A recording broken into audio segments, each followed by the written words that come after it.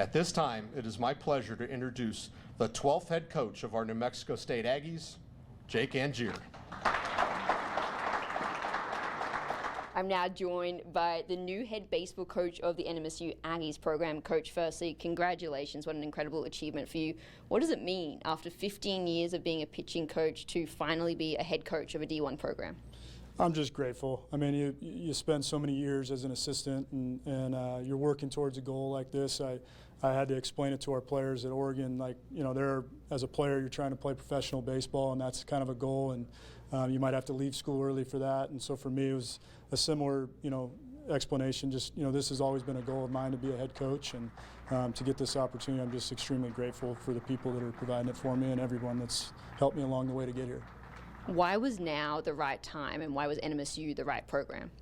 Yeah, I think, a big part of it is just my experiences of when I've been here. I think that, it's a program where you can win. There's a good foundation and structure in place with resources that can help you succeed. The fact that we're going into Conference USA, which is a multi-bid league, where you don't necessarily have to win the conference tournament to get a postseason bid, is huge. You can, schedule it with that in mind, that, hey, I want to get an at-large bid. I think that's huge, and it's a great selling point in the recruiting process.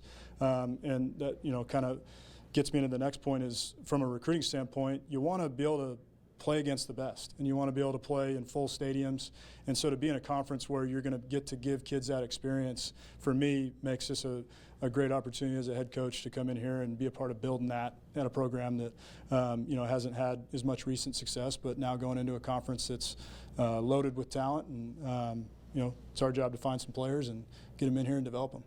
You mentioned not having much recent success, a season where it went 14-37 last year. How do you go about turning that around and bringing the winning culture that you've had at all of your previous stops here to NMSU? Yeah, just the same way that I've been a part of doing it everywhere else, and it's just through discipline, toughness, accountability, and really just coming in and creating a culture right away where there's clarity on what the mission is. You're building trust with your players and with your coaches, and then holding them accountable when the standard of toughness isn't being met. For me, that's what it's about. Coach, thank you so much for your time, and congratulations again. Thank you, Rachel.